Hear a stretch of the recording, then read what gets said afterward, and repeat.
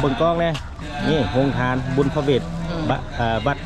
บ้านห้องแก้วบึงสว่างขึ้นกับบ้านห้องแก้วเมืองไซสถานนครหลวงเวียงจันทร์นาทานาเบ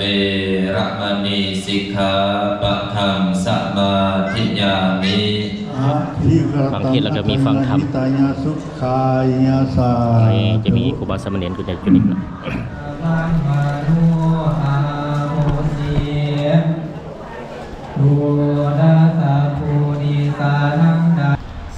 สบายดีพบกันสิทธิ์เก่าสิทธิ์เคยพี่น้องกับทีมงานซ่องยูทูบสวัสดิ์บรรณาวันนี้ทีมงานซ่องสวัสดิ์บรรณาจะนำพาท่านผู้ชมไปรับชมบรรยากาศงานบุญพระเวทพี่น้องที่จัดขึ้นอยู่ที่วัดห้องแก้วบึงสว่างนาคารามที่ขึ้นกับบ้านห้องแก้วเมืองไซสถานนครหลวงเวียงจันทร์เมื่อนี้ก็เป็นวันที่15แฮม13ค่ำเดือน3ปีมะสิงพศ2568ตอนนี้ข้าพเจ้าอยู่ต่อหน้าวัดห้องแก้วบึงสว่างนาคารามที่ขึ้นกับบ้านห้องแก้วเมืองไซสถานนครหลวงเวียงจันทร์พี่น้องเนี่ยคือท่านผู้ชมเห็นทางก็จะเป็นทางเข้ามาพี่น้องทางเข้ามาวัดห้องแก้วหรือว่าวัดบ้านห้องแก้วแหละวัดห้องแก้วบึงสว่างที่ขึ้นกับบ้านห้องแก้วเมืองไซสถานนครหลวงเวียงจันทร์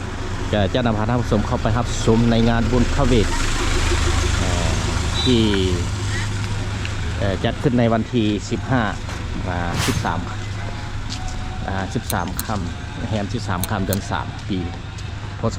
2560นี่คือท่านผู้ชมเห็นก็จะเป็นวัดห้องแก้วบึงสว่างนาคารามเป็นประตูโขงตอนนี้ก็ถือพอดีถือวันอาทิตย์พี่น้องเป็นมือพระพักมือผ่อนวางนี่ข้าพเจ้าจะนำพาท่านผู้ชมเข้าไปเบื้องไหนตอนนี้ก็มีพอไม่ออกตัวเนี่ยโยมก็ได้ทยอยหลังใดเข้ามาเฮ็ดบุญเฮ็ดทานมอบต้นเงินต้นคำกันแล้วแต่ศรัทธาพี่น้องคือเป็นฮิตของประเพณีของชาวพุทธศาสนาที่อยู่ในสปป.ลาวนั่นเองเนี่ยก็ถือว่าอีกหนึ่งบรรยากาศท่ามกลางที่ฟ้าแจ้งสว่างนี่พี่น้องแฮม13ค่ำเดือน3ปีมะสิงพศ2568เลยพี่น้องเด้อนี่ก็นี่จะนำพาท่านผู้ชมเข้ามาจุดแรกแหกมาเลยพี่น้องก็ถือว่าที่ท่านผู้ชมเห็นนี่ก็จะเป็นจุดที่เพิ่นแจกเป็นโฮงทานพี่น้องโฮงทานบริเวณกินน้ำหวานเข้าปุ้นและอื่นๆก็แล้วแต่ศรัทธาเนี่ยเพิ่นก็กำลังเอามาจุดโฮงทานจะมีจุดเป็นโต๊ะเพิ่นก็เตรียมไว้เป็นที่ห้องนอนนี่จุดโฮงทานพี่น้องข้าพเจ้าก็ได้กินข้าวปุ้นเผยที่เข้มห้อยจะเป็นเบิ่งกล้องเนี่ยนี่โฮงทานบุญพระเวทวัดบ้านห้องแก้วบึงสว่างขึ้นกับบ้านห้องแก้วเมืองไซสถานนครหลวงเวียงจันทร์โอ้ยิ้มใส่กล้องเนี่ยสีดังอีกแล้วนี่กี่เป็นหม้อข้าวปุ้นหม้อข้าวปุ้น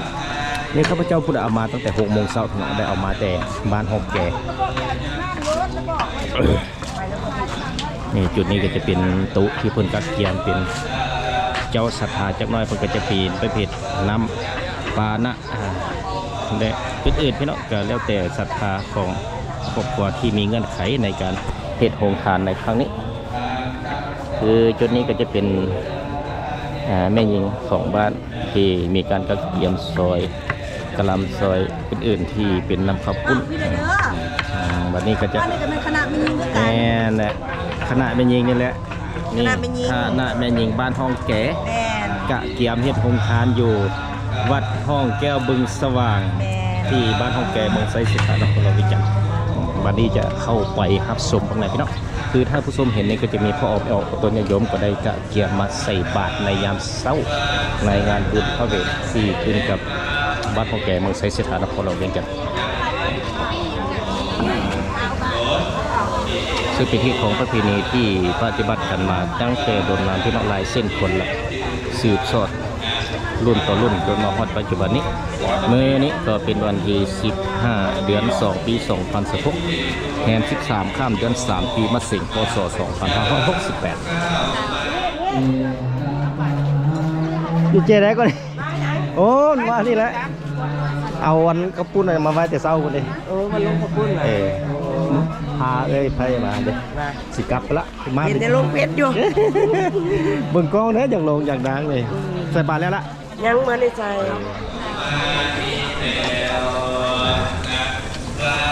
ถ้าผู้ชมเห็นตอนนี้ก็จะเห็นพวกคนกำลังย่างเดินเข้ามาแล้วก็มีการกะเกียม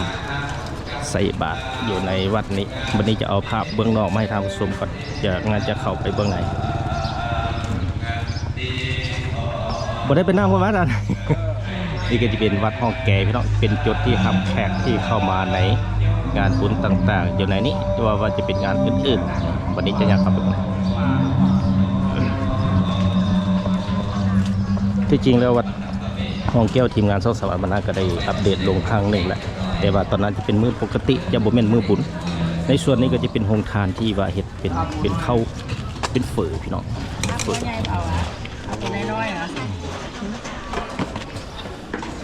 อันนี้ก็จะเป็นน้ำหวานเป็นโรงทานน้ำหวาน เขามาซื้อกาแฟก็จะเอามา ซื้อกาแฟ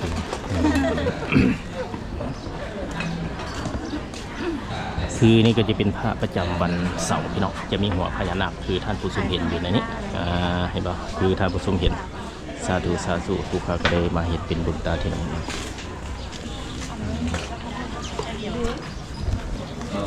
บ้านนี้จะเข้าไปเบิ่งเพื่อนเทศอยู่ในศาลาสามัคคีธรรมพี่น้อง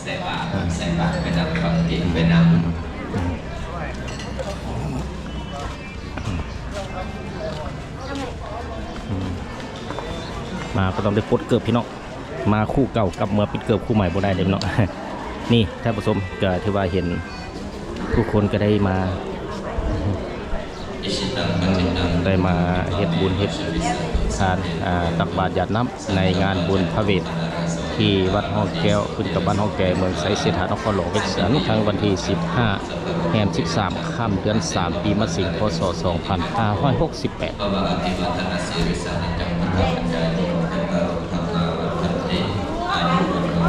อันนี้ก็จะเบิ่งอ้อมหอบเป็นแบบจุดพี่น้องแต่ละจุดก็จะมีพอออกไม่ออกบนนายงก็ได้มากะเกียมใส่บาตรก็ฮับพักฮับศพฮับพรจากครูบาที่เพิ่นให้พรสัพพะตังปุญญาสัพพะธรรมสัพเพเทวาอนุโมทันตุสัพเพสัตตาสุขิตาหนตุสัพเพสัตตาอเวหังหนตุสัพเพสัตตาอัพยาปัสสาหนตุสัพเพสัตตาอนิกาหนตุสัพเพสัตตาสุขีอัตนังปริหารันตุสุขีสาต้องขอบใจ FC ทุกคนที่สนับสนุนช่อง YouTube สวรรค์บรรณาด้วยดีเสมอมาเลยท่านผู้ชมเพื่อจะได้ทำวิดีโอใหม่ๆมาให้ท่านผู้ชมได้ชมในตอนต่อไปนี่ก็จะเป็นงานบุญฮิตของประเพณีของชาวพุทธศาสนาที่เชื่อศาสนาพุทธปฏิบัติกันมาหลายเส้นคนจนมาปัจจุบันนี้นั่นเอง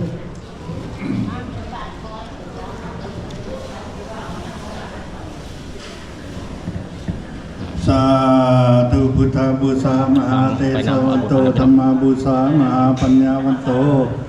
สังฆบูชามหาโภควโหติโลกานิทังอภิปูชยามา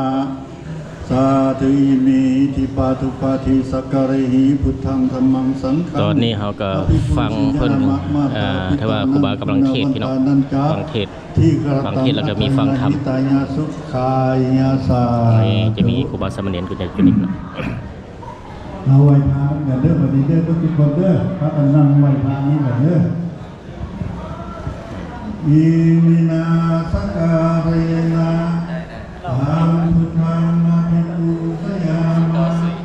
อะ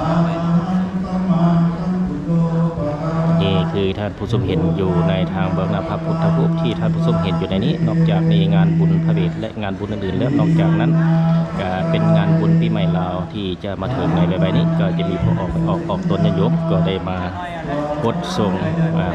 พระในมื้อปีใหม่ลาวมาฮดทรงจะเป็นน้ำหอมอื่นมาฮดทรงซึ่งเป็นความเชื่อถือกันมาตั้งแต่หลายเส้นคนนั่นเองจนมาฮอดปัจจุบันนี้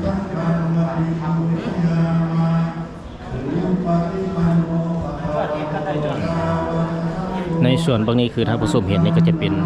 บักบิงที่ได้มาจากที่ว่าเขาออกเจ้าศรัทธาที่มาเฮ็ดบุญนิทานได้นั้นแล้วเพิ่นก็เอามาไว้อยู่ในจุดนี้ถึงเป็นที่ว่าเฮ็ดอีกหนึ่งเป็นส่วนหนึ่งที่ว่าได้เฮ็ดบุญเฮ็ดทานในนั้นแล้วในจุดนี้ก็จะเป็นพระเวทสวดคำกรพี่น้องจะเป็นจุดที่ว่าพระเวทสวดคำกรก็จะมีครูบาขึ้นนั่งอยู่ในนี้ถ้าว่าพระเวทสันดรสาดุก คำก่อนเราเนาะอยู่นี่ก็จะขึ้นเบาอยู่นะอยู่นี่นี่ก็จะเป็นบักเบงนอกจากนั้นก็จะเป็นข้าวๆจะเป็นข้าวพี่น้องเป็นข้าวเป็นดอกไม้ที่ว่าจัดแจงตกแต่งเป็นแบบสวยงามเลยแบบซึ่งเป็นฮิตของประเพณีที่ปฏิบัติกันมาแต่หลายเส้นคนในเฉพาะจุดนี้ก็จะเป็นจุดที่เพิ่นจุดทุกจุดได้เขียนอยู่ในจุดนี้ สรนังคัจฉามิตาติยัมปิธัมมังสรนังคัจฉามิตาติยัมปิสังฆังสรนังคัจฉามิโอกาสวันทามิพันเตเกมิยังสัพพังสัพพทาทาเน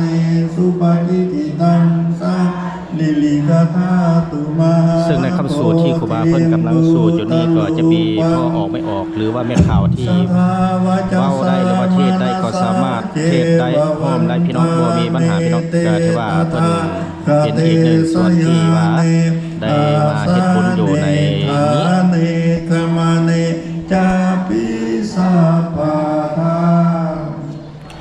ที่จริงแล้วศาลาโฮมธรรมของวัดแต่ละวัดนี่ก็จะกว้างขวางแบบสิแหละพี่น้องก็ถือว่ามื้อนี้ทีมงานช่องสวัสดิ์ปัญญาได้มีโอกาสได้นำเอาภาพบรรยากาศที่ว่ามีพวกออกไม่ออกเอาตัวโยมมาเฮ็ดบุญเฮ็ดทานอยู่ในนี้ก็โดยรวมก็จะเห็นเป็นแบบนี้ถ้าว่าเป็นแบบมือที่ว่าบ่มีบุญมีทานนั่นก็จะเป็นแบบอ้างว่างอะไรคือท่านผู้ชมเห็นอยู่ในช่องสวัสดิ์ปัญญาที่ได้อัปโหลดลงแต่อัปเดตในแต่ละระยะผ่านมา บ่ได้เป่าเทวดาเด้อเพิ่นเป่าเพิ่นมาแต่เดิมเพิ่นมาก่อนเราเด้อ จุดนี้ก็จะเป็นจุดที่ว่ากะเกียมใส่บาตรพี่น้องเนาะจะเป็นจุดที่เพิ่นใส่บาตรเพิ่นกะเกียมบาตรเป็นที่เรียบร้อยพี่น้องภายหลังเทศสูตรเรียบร้อยก็พระองค์ก็จะได้มาใส่บาตรอยู่ในจุดนี้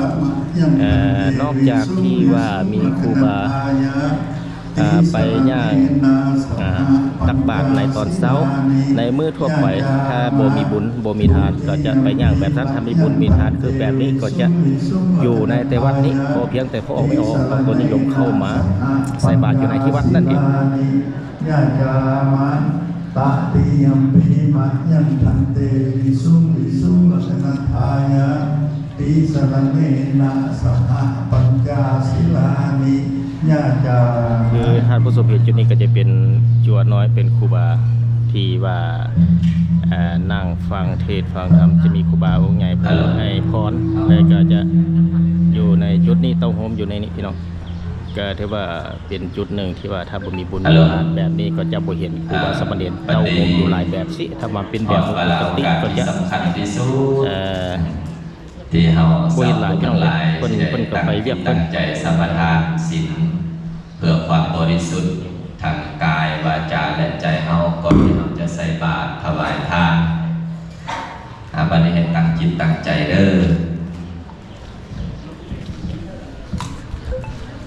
นะโมตัสสะภะคะวะโตอะระหะโตสัมมาสัมพุทธัสสะนะโมตัสสะภะคะวะโตอะระหะโตสัมมาสัมพุทธัสสะโดยจุดที่ท่านผู้ชมเห็นจะมีต้นมีทางที่กางเกียมให้อะระหะโตสัมมาสัมพุทธัสสะเฒ่าแก่นะครับที่จะมานั่งอยู่ในจุดนี้เพื่อได้มีการปรึกษาหารือกันต่างๆในการจัดงานอยู่ในวัดนะโมตัสสะภะคะวะโตอะระหะโตสัมมาสัมพุทธัสสะพุทธังสรณังคัจฉามิ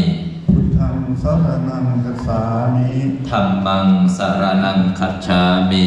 ธัมมังสรณังคัจฉามิสังฆังสรณังคัจฉามิสังฆังสรณังคัจฉามิทุติยัมปิพุทธังสรณังคัจฉามิทุติยัมปิพุทธังสรณังคัจฉามิทุติยัมปิธัมมังสรณังคัจฉามิทุติยัมปิธัมมังสรณังคัจฉามิทุติยัมปิสังฆังสรณังคัจฉามิทุติยัมปิสังฆังสรณังคัจฉามิตติยัมปิพุทธังสรณังคัจฉามิตติยัมปิพุทธังสรณังคัจฉามิตติ ติยัมปิ นี่ก็จะ ธั เป็น ม กอ มั ง ง บุญ สารนัง กอง คั วั จ ด ฉา จะ มิ เป็นของครอบครัวของบุคค ต ลที่ ติ ว่าจะ ยั เป็ ม นกอง ปิ บุญ สังฆังสารนังคั แล้ จ ว ฉา ก็จะเป็น มิ แบบนี้จะเป็น2กอง3กองหรือว่า4กองก็แล้วแต่เพิ่มเป็นกองบุญ ติ กอง สาร บุญเป็น นั ผู้ ง ที่ ขมานัง ส่วน นิ กุศล ทิ ให้ ตั แก่ ง ผู้ที่ร่วงลับไปแล้วที่เป็นความเชื่อของส่วนบุคคลที่ได้เฮ็ดแล้วก็ได้ดีความสบายอกสบายใจนั่นเองพี่น้องก็ถือว่าทุกๆปีก็จะมีงานแบบนี้ ทิยามิ ปานาติปาตาเวรมณีสิกขาปะทังสัมมาทิยามิ อะทินนาทานาเวรมณีสิกขาปะทังสมาธิยามิ อาทินนาธนาเวรมณีสิกขาปะทังสัมมาทิยามิ กาเมสุมิชฌาจาราเวรมณีสิกขาปะทังสมาธิยามิ แต่ละจุด กาเมสุมิสาจ แต่ละ ราเว ฝาเพิ่นก็จะมีการแต้มเพลงเป็นอันน่ะ มุสาวาทาเวรมณีสิกขาปะทังสมาธิยามิ มุสาวาทาเวรมณีสิกขาปะทังสัมมาทิยามิ สุราเมรยมัชฌะปมาทัฏฐานาเวรมณีสิกขาปะทัง องค์ ส ประกอบ มา ต่างๆ ธิ ที่น้อง ยา จะเป็น มิ นานาข้าวปลาอาหารคือท่านผู้ทรงเห็นนี่ถือว่าเป็นอีกหนึ่งอย่างที่ว่าเป็นบ่ได้ตกแต่งให้เป็นอุทิศให้แก่ อิ ผู้ที่ มา ล่วงลับ นิ ไปก่อ ปั นห ญ น้านี้ จ ก็ สิก ถือว่า ขาปะทา เป็น นิ อีกของประเพ สี ณี เล ที่ป นะ ฏิบัติ สุ ใน ข สิ่ง ติ กัน ยัน ให้ ติ สิ้น สี คน เล ของ นะ ชาวพุท โภ ธศาส ค นา สัมปทา ของเรา สีเลนะนิพพูติยันติตัสสมาสีลังวิโสทะเย สาธุพันเตปัญจขังสัมมาคตังสีลังสัมมาทิยามิวันนี้ที่ได้ถวายเครื่องไสยทานใส่บาตรถ้าเป็นขับขันเครื่องไสยทานที่เขาเตรียมมาสุทินังวัตเมทานังทานังเมปริสุทธัง ตอนนี้ก็ว่าเพิ่นก็ได้เกี่ยมเทศเกี่ยมจะให้พวกออกไม่ออกต่อตนอยู่นุ่มกำลังจะใส่บาตรเนาะภายหลังที่ฟังเทศก่อนอันนี้แล้วตอนนี้ก็จะเกี่ยมได้ใส่บาตรจะนำถือว่าเป็นการจบสิ้นพิธีในการเทศในยามเช้าอีกนิดหนึ่งก็แจ้งให้ FC ทุกคนนี้ก็เป็นงานบุญพระเบศที่จัดขึ้นที่บ้านห้องแก้วบึงสว่างขึ้นกับบ้านห้องแก้วบึงไซสถานนครหลวงวิจันทร์ในวันที่ 15 เดือน 2 2016ตรงกับแฮม 13 ค่ำเดือน 3 ปีมะสิงพศ 2568 อานาติกาเลสาธุพวกทั้งหลายทั้งหลายมีใจเลื่อมใสยินดีในทาน การให้ของเหล่านี้ ขอจงถึงพ้นสิ้นไปแห่งอาสาวะของกิเลสเครื่องดองสันดาน ขอให้ถึงซึ่งพระนิพพาน ในอนาคตการเบื้องหน้านั้นเถิดสาธุอิมานิมะยังพันเตบินดาปตานิพัตตานิอุทธกานิสัพปริวลานิภิกขุสังฆัสสาโอโนสยามะสาธุโนพันเตภิกขุสังโฆอิมานิบินดาปตานิพัตตานิอุทธกานิสัพปริวลานิปฏิคันหาตุธรรมหากัง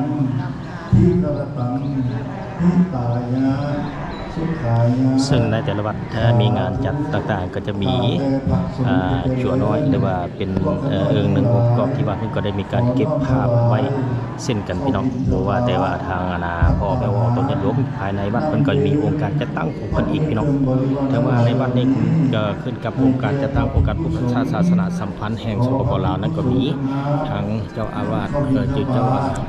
ภัตตาหาร เจ้าอธิการวัดพี่น้องขอโทษไปเป็นเจ้าอธิการวัดก็จะมีโครงข้างจัดตั้งคักแน่พี่น้ ข อง องพวกท่านทั้งหลาย แล้วก็มีการแบ่งเวียกให้ไผให้มีการแบ่งเวียกเป็นละเอียดคักแน่พี่น้องเอ้ย ตลอดกาลนานเถิดสาธุสาธุสาธุอนุโมทามิสบันยกของกองพระเจ้ามาทำไมพระเจ้าพูดมาถามมา อันเจ้าของกองอัฐะจับกองเด้อถวายกองประตูคนสิพาว่า เอาลายซื้อมาได้อุทิศหาไปคือเห็นรายละเอียด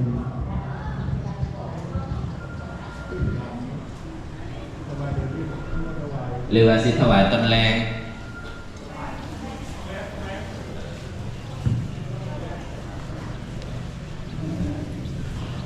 คันถวายต้นแรงกับทับพรเด้อบัดนี้ทับพรอย่างน้ำ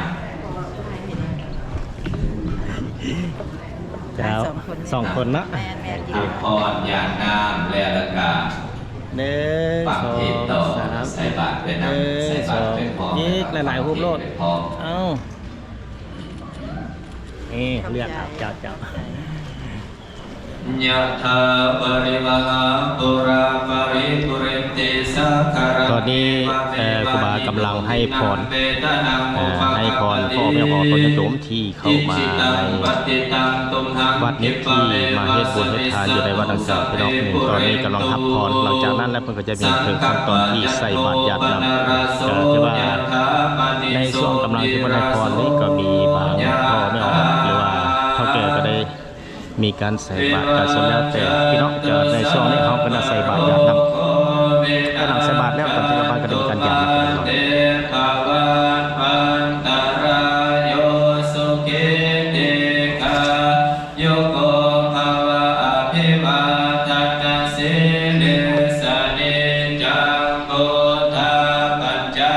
ยิโน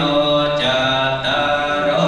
ธัมมาวัฏันติอายุวันโนสุขังภาลังญาณัง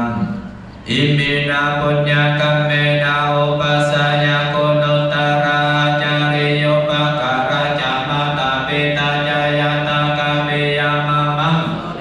จันเทมาลาสะโคนาวันตานาลาปิจาปมามาลาจาอินตาจาตุโลกะปาลาจาเทวตายาโมเมตามนุสสะจามัสสะตาเวริกาปิจา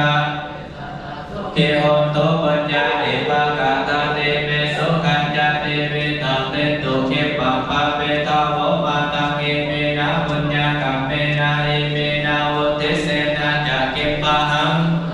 เจวาตันโนปะทานาเสตานังเยสัตตาเนหินาธัมมัญญาวานิปานาโตปะมังนาสันตุสัพพะทาเยวานันตัสสันโตภาเวภาเวสันติปัญญาสันเลโกเบยัมเมนามาลาลาปันโตโลกาสัตตาตุญาริเยสุเมโกตาเปปาวาโลนาโตธัมโมนาโตวาโลตามโมนาโตปะเต มีสมณีและครูบา ตา อา โล จารย์ มาวันเตสุตตามัง ใน ปะ ปฏิ เว บัติตาม ตา ที่ มา เรา โล เรียก กั ได้ ส จะ สะ เทียบ ปั กัน ต ถ้า ตุ เทียบ กัป ได้ ปัตตาจานิโตกะปายาปัตตาจานิปายาโสกะปัตตาจานิโสกะเปวายิโนเอตา นี่ก็จะเป็นพ่อแม่ก็ได้เริ่มใส่บาตรพี่น้องบางคนก็แม่นอยากน้ำแล้วจะมาใส่บาตรที่จริงแล้วต้องใส่บาตรสำเร็จแล้วภายหลังนั้นก็ต้องมีญาตินำ สัทธาปัสสัทธังหลายทั้งปวงที่เป็นเพื่อนทุกข์เกิดแก่เจ็บตายด้วยกันหมดทั้งสิ้นอาเวราหนตุจงเป็นสุขเป็นสุขเถิดอย่าได้มีเวรแก่กันและกันเลยอาตายาปัสสาหนตุจงเป็นสุขสุขเถิดอย่าได้เบียดเบียนซึ่งกันและกันเลยอานิขาหนตุจงเป็นสุขเป็นสุขเถิดอย่าได้มีความทุกข์กายทุกข์ใจเลยสุขี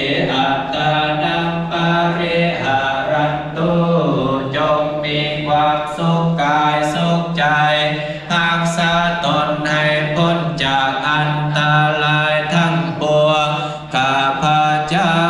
ได้อุทิศส่วนบุญกุศลด้วยการหมดทั้งสิ้นเบื้องบนแต่พรหมโลกลงมาเบื้องต่ำแต่อาเวจีขึ้นมา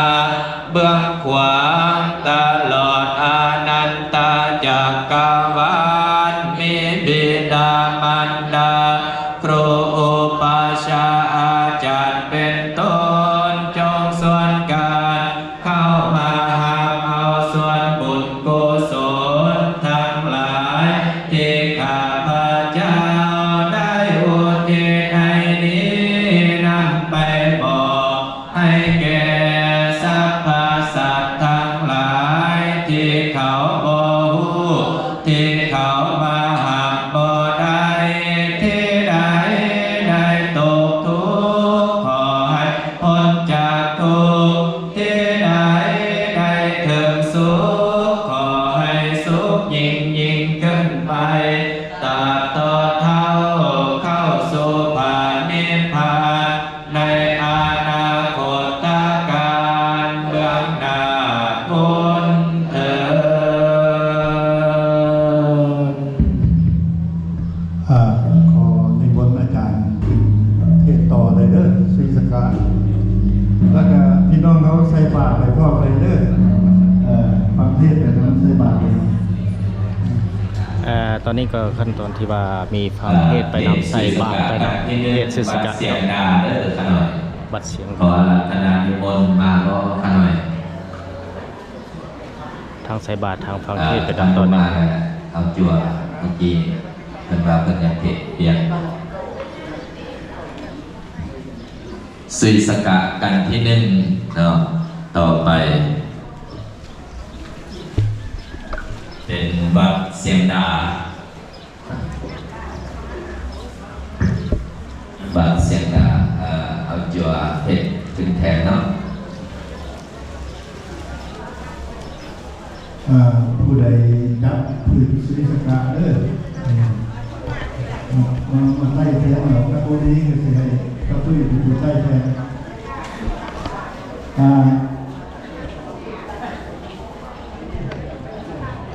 น้ำเลี้ยงจันทวงศาครับน้ำพุกันจันทจักรโบราณทำจักรตั้งที่การเทศมาใต้เรียนตอนนี้ก็ได้เห็นพ่อไม่ออกก็ได้เรียนคิวใส่บาตรหลังจากนั้นก็คือว่าเป็นการเสร็จสิ้นในภาพเศร้านอกจากนั้นแล้วในภาคบ่ายคนก็ได้มีการควบงานอยู่ในนี่แหละพี่น้องคนที่ตอนสวยเนาะคือว่าที่บัตรห้องแก้วบึงสว่างเมืองบ้านห้องแก้วเมืองไซเสถานครหลวงนี่จ้ะ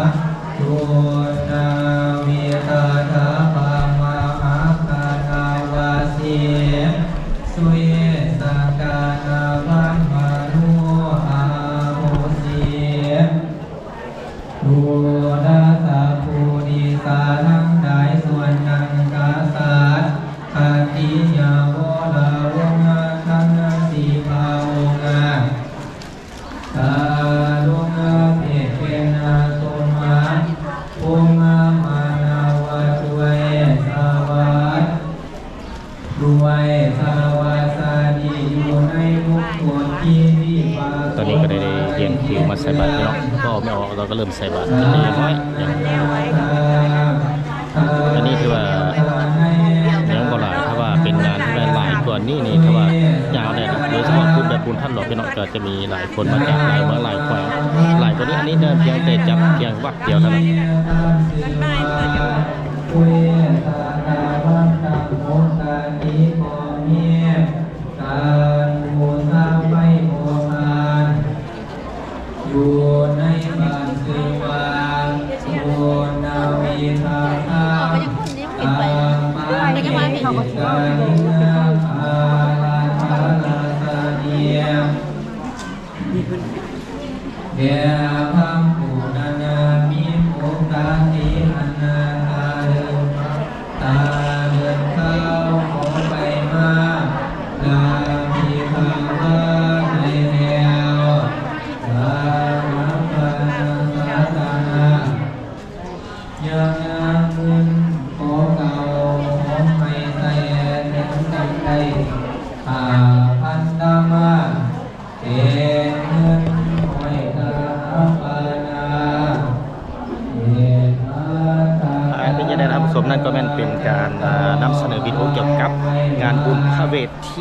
จัดขึ้นในวันที่ 15 เดือน 2 ปี